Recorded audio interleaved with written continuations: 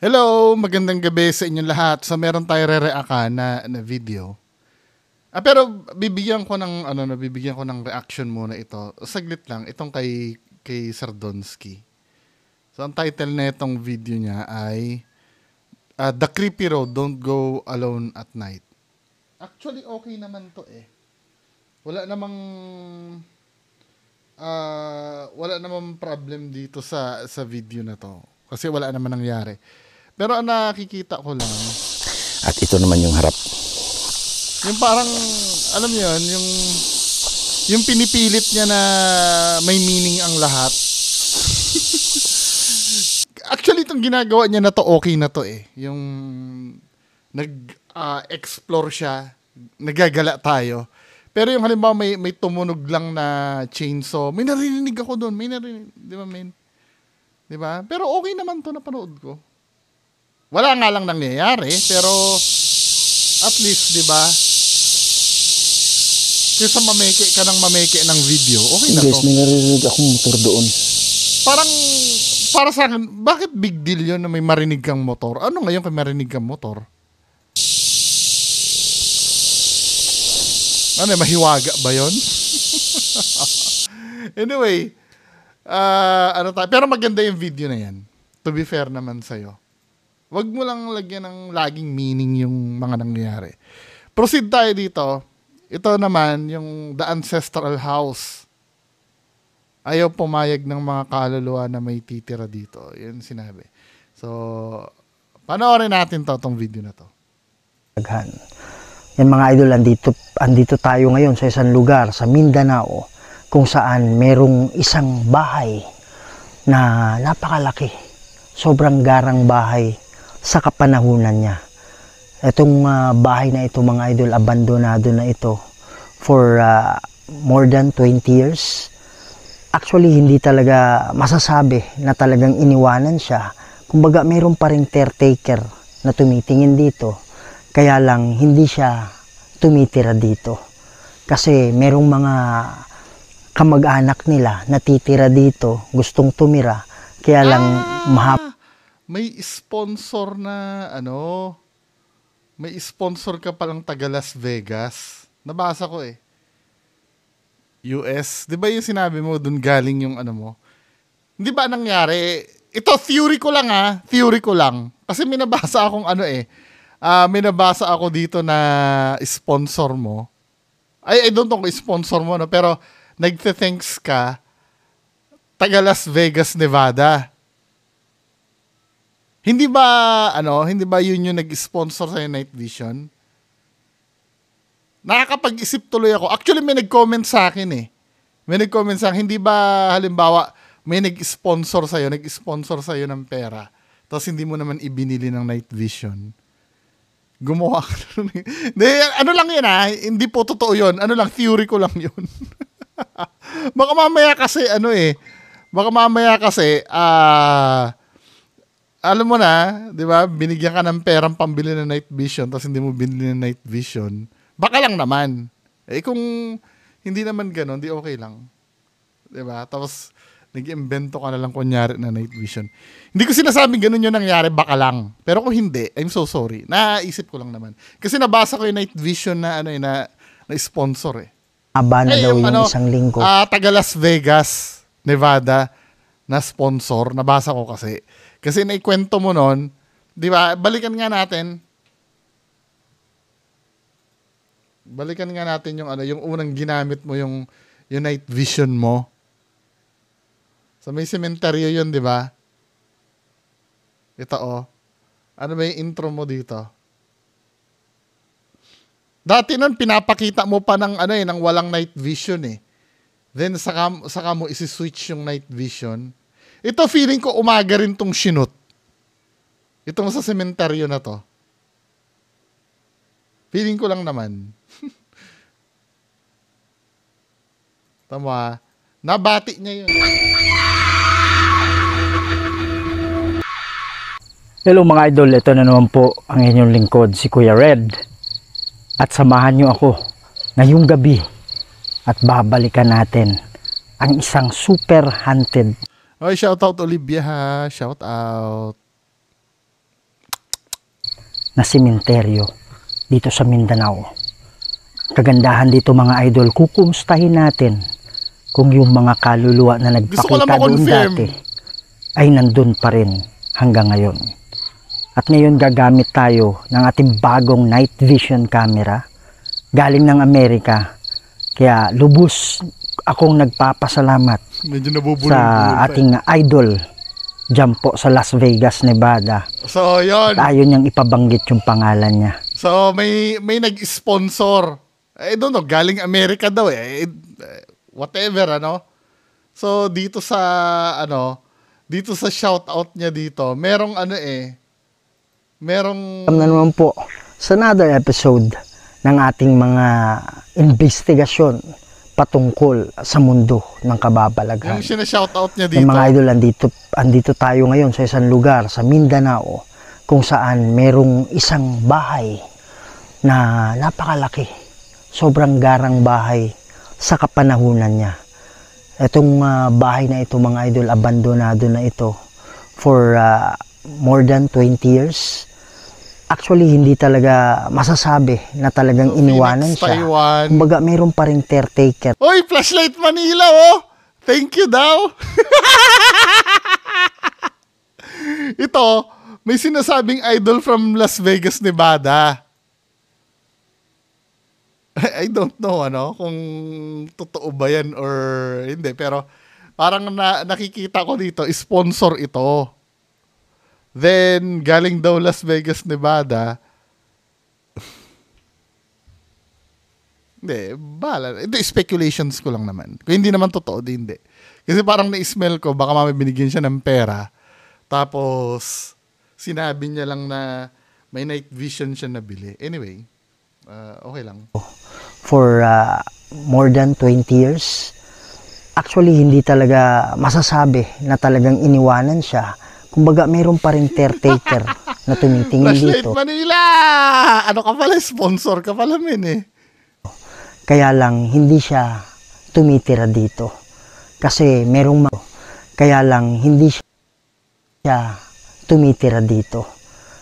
merong mga kamag-anak nila na titira dito, gustong tumira.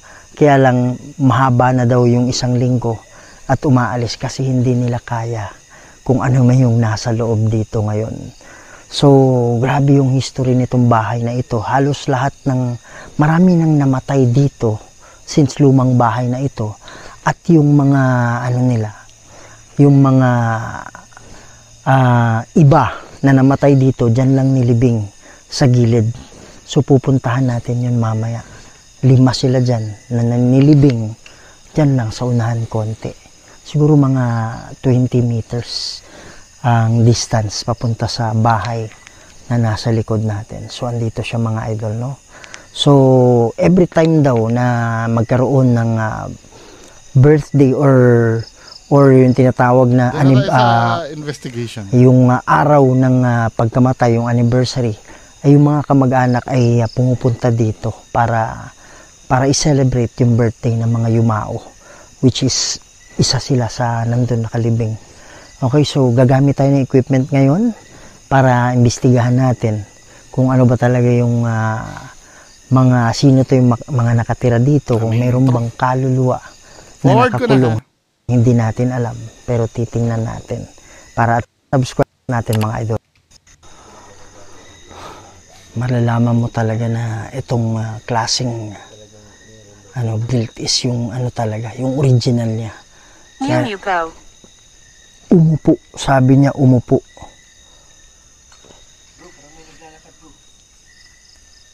Sa loob? Sa loob? Pero alam mo, sabi ng insider ko dyan, totoo naman daw na haunted yan lugar. To be fair naman. Ito parang na to, yung sa baba. Medyo matagal na rin, pero hindi na original yung, ito parang nirenovate na yung ilalim. Pero ito, it's more than 20 years. Ito talaga mga idol, 60 years na kasi mahigit yung bahay. Yan. Yan mga idol, tingnan nyo. Meron tayong dito, electromagnetic field meter. Ang pinaka-normal niyan is 40 pababa. Pero we are at 104. Normal. So hindi na normal yan. Ibig sabihin, merong mga entity, merong Normal 40 microtesla pababa. energy na nakapalibot sa atin. No? Bira ka, Kuya Red. Maakit yung magnetic field meter O nga natin. pala, yung discussion tungkol dyan sa EMF reading na yan, nando sa video na unang pinalabas ko. Di ba? Yan. Doon yung At matututunan ito ay yung ghost tube. Pwede silang pumili ng salita dyan. Yan. Sabi ng may-ari nito, isa sa kamag-anak is kailangan nating magpaalam. Kasi nandito sila sa loob. Naniniwala yung mga naniniwala yung kamag-anak na nandito sila. Sila yung mga nagpaparamdam dito habang nandito yung nila. Mandarin komentar. Sabi niya bro, mangyaring pumunta. yung pala, yung tablet pala ni Kuya Red. Feeling ko S7FE yan or S8FE. Pero meron ka ng tablet noon pa, malamang S7FE Fan Edition. Yung sa akin kasi S8 eh. Saan po? Huwag kayong magmadali na pumili ng mga salita para maintindihan namin kayo ng maayos. We are at 93.6. So hindi normal yan. Yan. Yung mga idol, makita mo sa may kalayuan. 93.6. Pero pag humugot ka ng tunay na EMF reader, walang reading. Doon, banda, doon yung nilibing. Diyan nilibing yung Ay, gusto kong malaman nyo, ang nasasagap kasi nung, yes, tatanungin mo ba, nasasagap ba nung EMF reader niya na EMF mo? Yes. EMF yon. RF ang tawag do, radio frequency. Kasi nga, yung tablet ni Kuya Red ay nakakasagap yan ng signal. Nakakasagap ng signal yung tablet ni Kuya Red.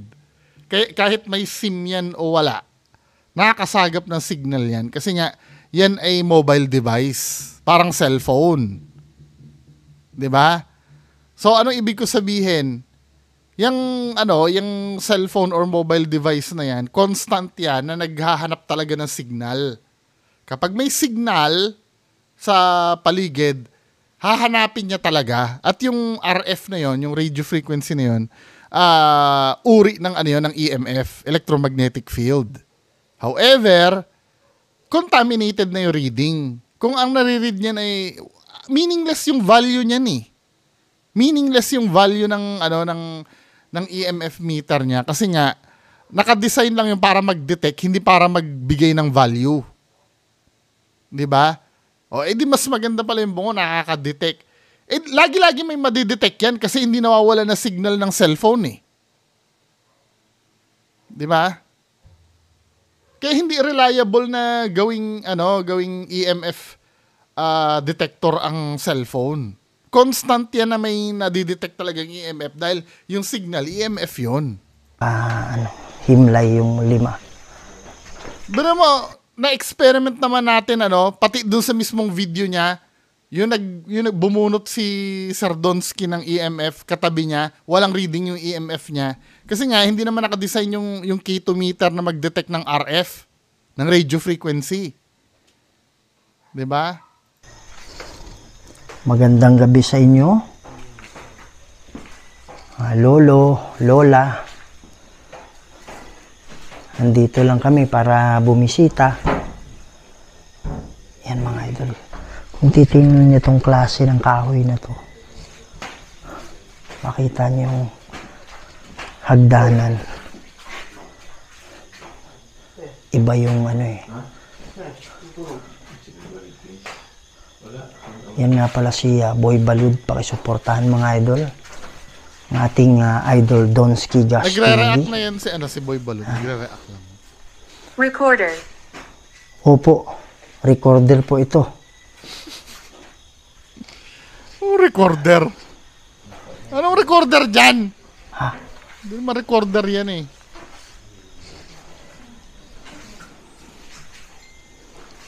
Pwede po kayong pumili ng mga salita dito. Wow, pare umakyat 101. Oh, ha? Gilingan? Pare talagang prominent na ano to family. May kaya to eh.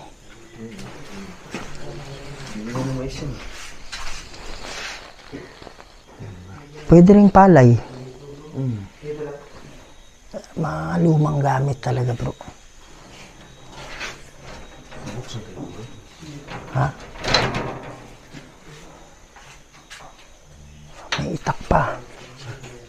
Ha? May itak sa loob eh. Yan.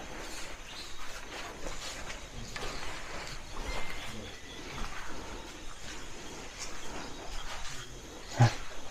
Bro, akyatin ko lang yung babaw ah. Wow, pare nag-change yung ano. Bro, nag-change yung temperature dito. O, paano mo nasabi? Galing ako dito. Walang pagsisisi. Walang pagsisisi. Sabi Paano nila. nag-change yung temperature? Anong ano natin? Anong pagbabasihan natin doon? Wala, di ba? Instead na yung useless na tablet ang dalhin mo, dapat lihitin mong EMF meter ang dala mo na may temperature. Di ba? Pangyabang na lang kasi yan eh. Oh, tingnan mo yung temperature. Punta ka sa hagdanan. Diyan sa gilid.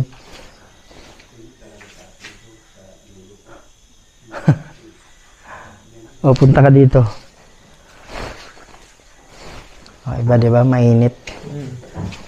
Yan ang pag pumunta ka dito, Brad. Oh, malamig. Yan. Wait lang wait lang ha. Hindi Na nga na. lang, baka sabihin, pinupubliko ko na naman eh. 102. Pare, oh. Yan. 102? Yan, akit na tayo. Ilang ano yun? 100 to 1,000 milligauss. Ito sila sa... Tingnan natin ha, convert nga natin. 102. Ang bihira. Diba, tingnan nga natin. UT to MG conversion. Micro Tesla yung ano, yung system niya 102. Pambihira. Oh, i-convert natin yan ha. Yung micro Tesla. 102. Ang lalabas niya sa milligauss, 1,020. 1,020 milligauss. Tandaan nyo ha, yung EMF meter, yung talagang standard, mga kababayan ko, ang kaya niya lang talagang i-measure 20 plus milligauss lang. Nasaan na ba yun? Yung traditional EMF. Tingnan na, ito oh. Papakita ko sa inyo ha. Itong traditional EMF na to, ang sagad na nitong reading, kasi alarming na kasi yun eh, 20 plus milligauss lang. Tsaka milligauss ang unit of measurement nito. Hindi siya microtesla. Ang microtesla kasi ginagamit lang pang measure yan sa mga malalakas na talaga, sa mga planta ng kuryente, yung mga ganon. Ito kasi, 'di ba? Kung i-convert natin yung reading ni Kuya Red na 102 microtesla, lalabas 1,020 milligauss 'yan. Eh ang kaya lang i-read ng normal na EMF meter, 20 plus milligauss lang. So kung maglalabas ka ng ganitong EMF meter doon, dapat nagwawala na to. Pero nagawa natin sa experiment natin kanina, 'di ba? Hindi naman pumapalo yung yung EMF meter pag nagwa 100 plus yung peking application ni Kuya Red eh. 'Di ba? Pambihira talaga to.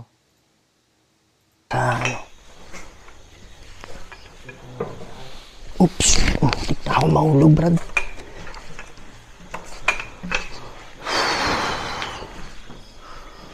Pare, lamig dito, bro. Ano yun? Yung mga idol, no? So tingnan nyo tong napaka-light na shadow na parang ulo na sumilip sa gilid ng door jamb, no? Or pintuan. Yan, so tingnan nyo maigi yan, tapos biglang nagtago. Malamig dito. Ano yun? Hindi. Para sa akin, yung sumilip, wala eh. Parang, Sa gilid ng kasi anong nangyayari, Kuya Red, pinopost nyo pa eh. Saka mo na lang sana ipaliwanag pag nangyari. door jamb, no? Or pintuan. Yan. Kasi, alam mo nangyari, gumalaw din kasi yung ilaw mo eh. Ano ko nga to? Tataasan ko nga yung settings ng kahit 7. Yan, so tingnan nyo maigi yan, tapos Tingnan biglang natin. So, ito daw, ito daw, parang may shadow. Ano lang yan, hindi naman talaga shadow yan eh. Sa discoloration din yan nung parang nakasabit do sa loob. nagtago. Dahil gumalaw yung ilaw mo, gagalaw na rin yun, men. Hindi naman parang nagtago yun eh. Tamo ha, gagalaw yung ilaw mo. Yan, so tingnan nyo maigi yan, tapos biglang nagtago. Wala eh. Malamig dito. Sa ilaw mo yun, men. May time kasi na hindi siya fully well lit, tapos aalisin mo yung ilaw, akala mo gumagalaw. Di ba? Hindi, for me, hindi sa akin. Hindi kayo, kung gusto nyo na paranormal yan, bahala kayo. Pero sa akin, hindi. Meron pang 109. Magandang gabi sa inyo.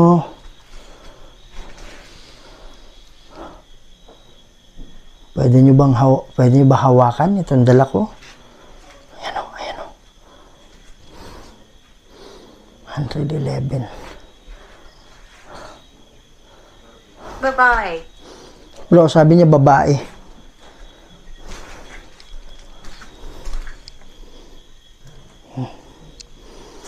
Katarantaduhan nawala. ito eh. Gawin mong pang testing yung Tapos biglang uminit.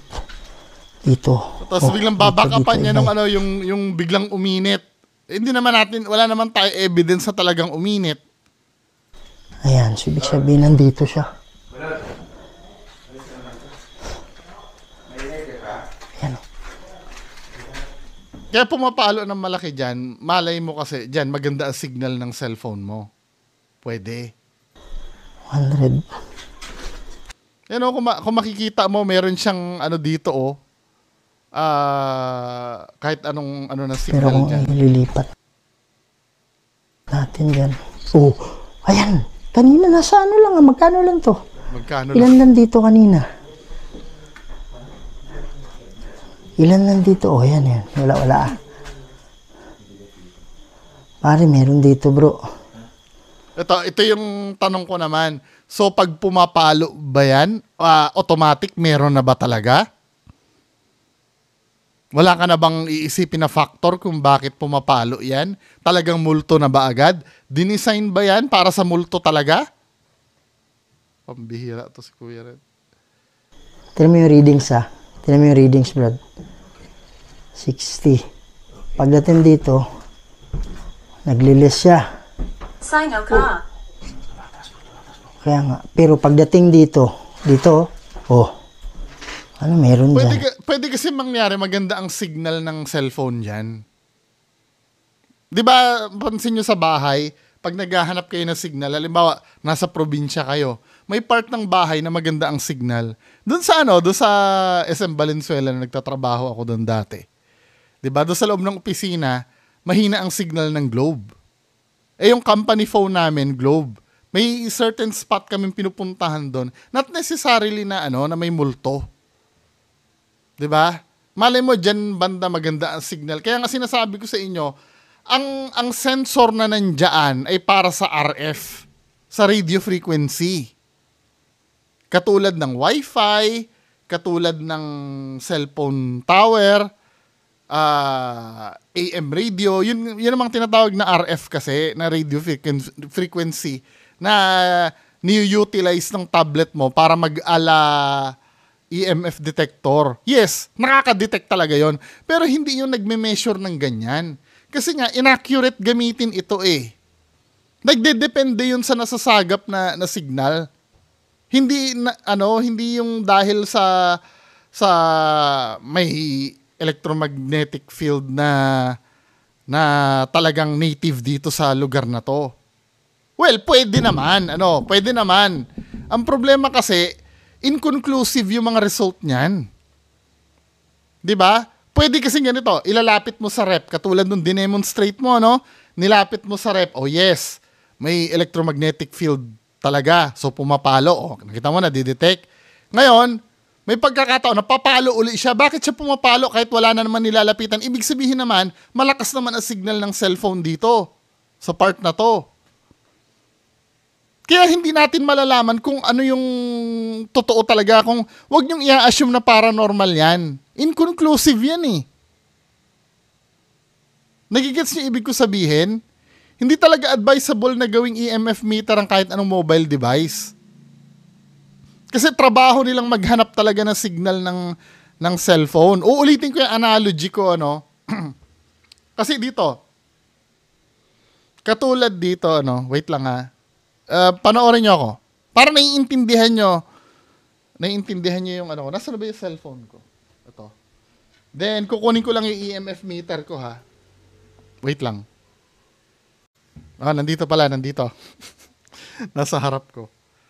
So, bubuksan ko yung EMF meter ko.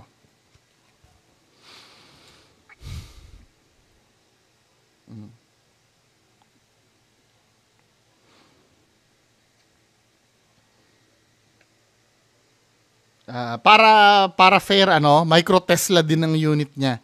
UT. 'Di ba? Labo. Wala kasing lalagyan ko ng autofocus tong for the meantime itong for the sake of argument. Tingnan natin ha. Autofocus. Gagawin kong auto ha. So, kung ipapakita ko sa inyo yung reading nito, dapat magfo-focus to. Focus ka! Yan, nag-focus. Nakikita nyo, UT yung unit of measurement ito. UT. Micro Tesla. Same unit of measurement nang nandito sa application ni Kuya Red. Tama? So, para ma-explain ko uli sa inyo, bubuksan ko yan. Alam ko na kung anong application itong ginagamit ni Kuya Red eh.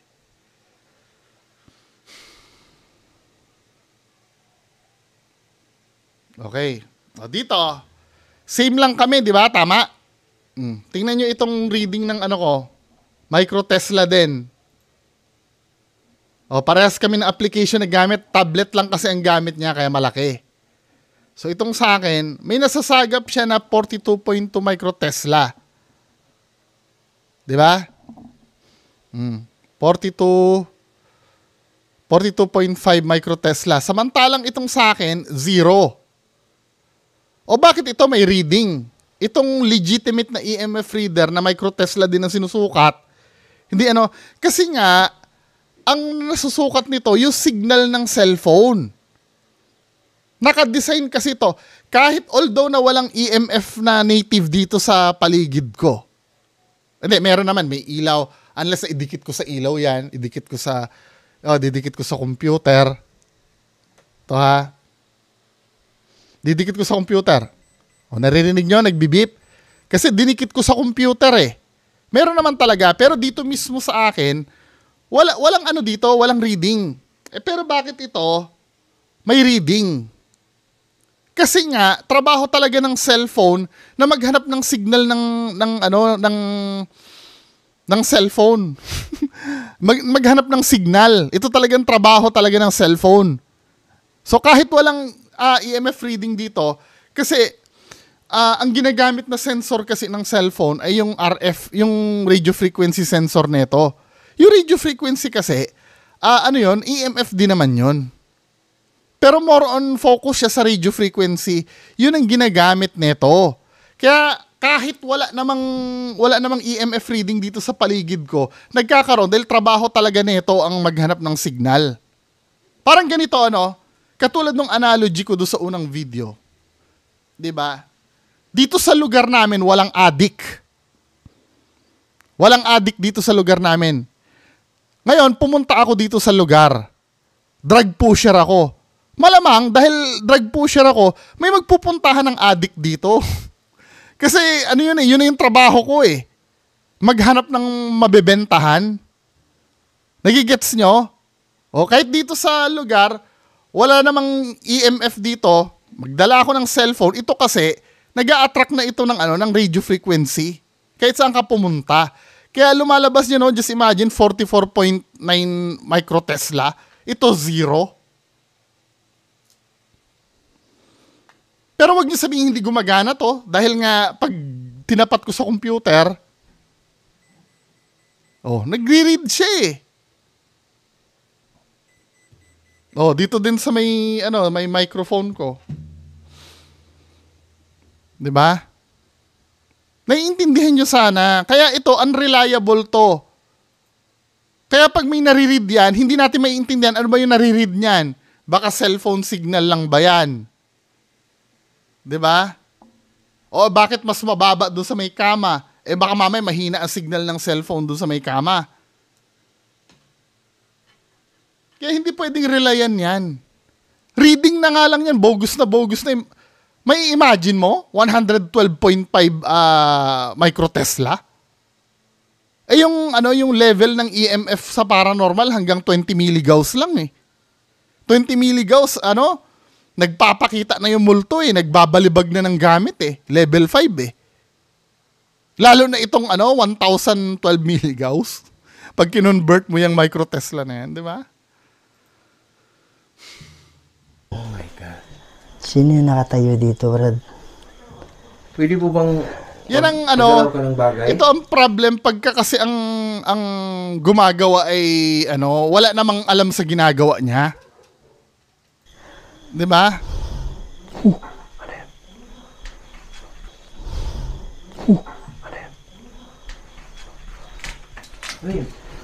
Pare, parang may tunog ah. 110, 111. Tapos kanina pa bro, walang nagsasalita. Walang nagsasalita dito. Kaya nga, lambot diba?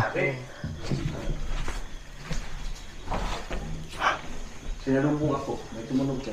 Sa bakal nga, Saan banda? Ibig sabihin may EMF yung Yung bakal. may may pinto. Pare, ang taas ng energy dito.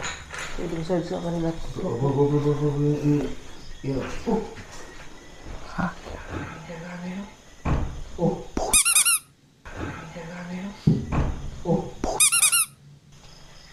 Kalabugan ng kalabugan men ah. Mga idol, nandito kami lahat. Pwede nyo bang ulitin yon?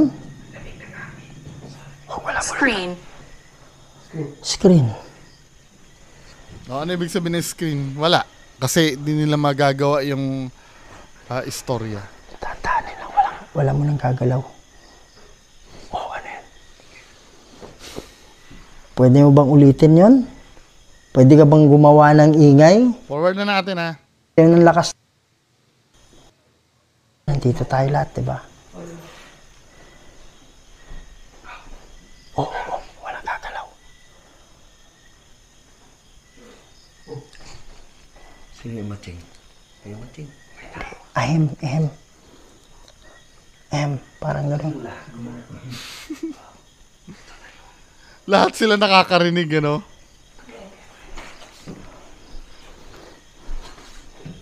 O, kita nyo na. Unang debunk natin, pagpasok ni Kuya Red, napansin nyo, di ba kanina may parang sumilip dito? Yun pala, lubog lang pala ng Parang, parang, ba yan? Itong cover na to, may ganun-ganun na talaga dito. Parang yero yata to na flat. Tama ba ako? So, debunk na agad ito. Yung sinasabi kasi ni Kuya Red na parang may sumilip daw. Tingnan nyo. Meron na pala siyang parang dent na, syempre magkakas ng shadow yan pag may dent yan. Tama ha, ito. Nakikita nyo yan ha, itong nasa bintana. Di ba ito yung kaninang, ang timestamp nito ay 14:35. Yung unang ano nito. Yung preview. May sumilip daw na tao. Ito yung parang sumilip na tao. Dent yun eh. Ayan ang sabi kasi ni Kuya Red dito kanina, may sumilip daw dito. Dent yan ng nung parang yero. Tamo. Diba? Kunyari daw may sumilip na parang shadow. Dent ng yero yon. Ayan yung parang may sumisilip na yon. Kaya pagpasok nyo, bandang 14 minutes,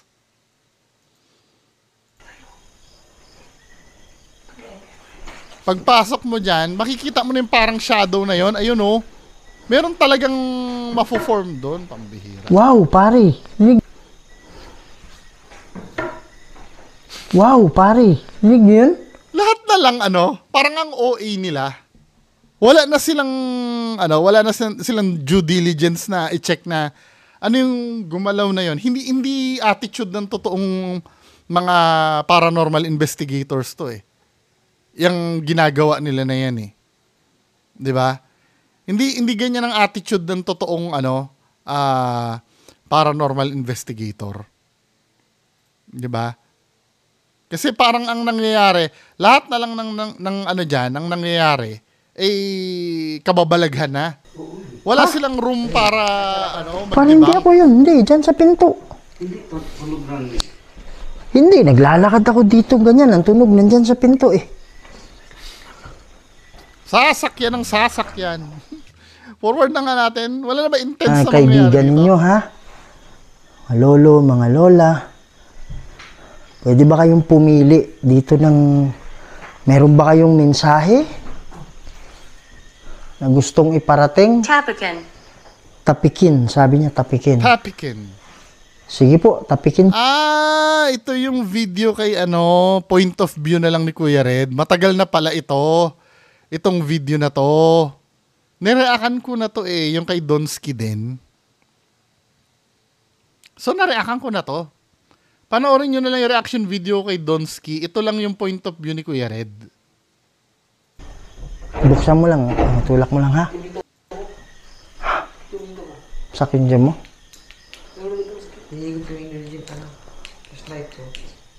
Wala.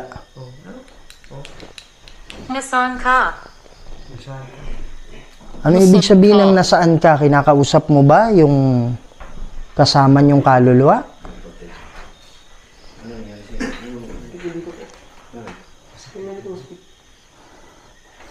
Paano yung sakit, bro? Ngalay o ano? Paranormal na yon. Minsan kasi yung mga spirit, bro.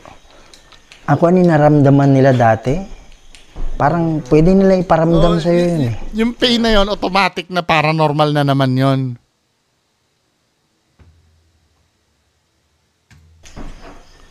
Tapatan mo ng EMF mo. Kung pinaparamdam kay Boy Balod yon, itapat mo yung EMF mo kay Boy Balod. Yung sakit. Diyos ko, mga taon to. Yung music box. Sige. Nareakan ko na to. May kakaiba pa bang mangyari dito? Dito sa may bandang labas na lang tayo. Sa may bandang labas.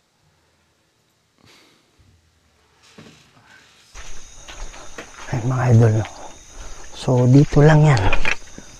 So, unahan konti.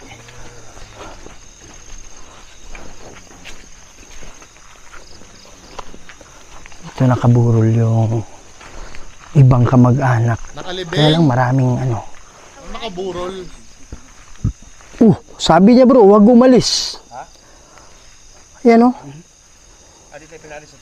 Huwag umalis, sabi niya. Ano bang ibig sabihin mo, huwag umalis? Ay, nako. Ibig sabihin mo ba dahil bumaba na kami nagdidikta ng dito? investigation nila, GhostTube. Huwag na itutok masyado yung pangalan. Oh. Yan mga idol, so hindi lang namin tututok yung ano talaga. Kasi baka trespassing kayo, Pangalan. Para sa privacy na rin. Pare, lagyan mo rim pad dyan.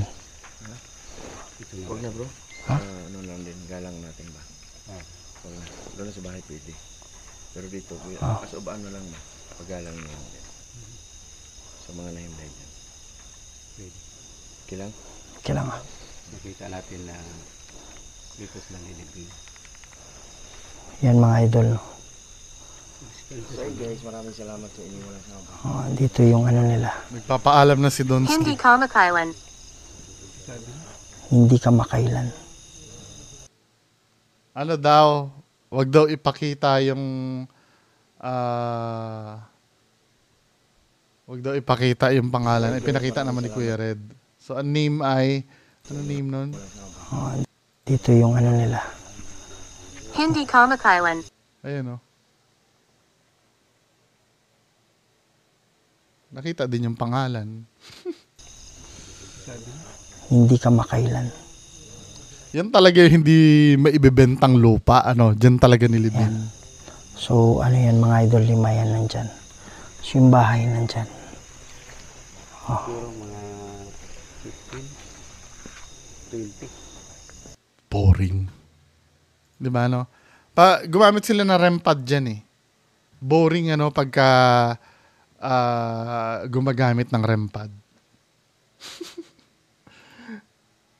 Anong, ano dito, binabasa ko yung mga comment eh.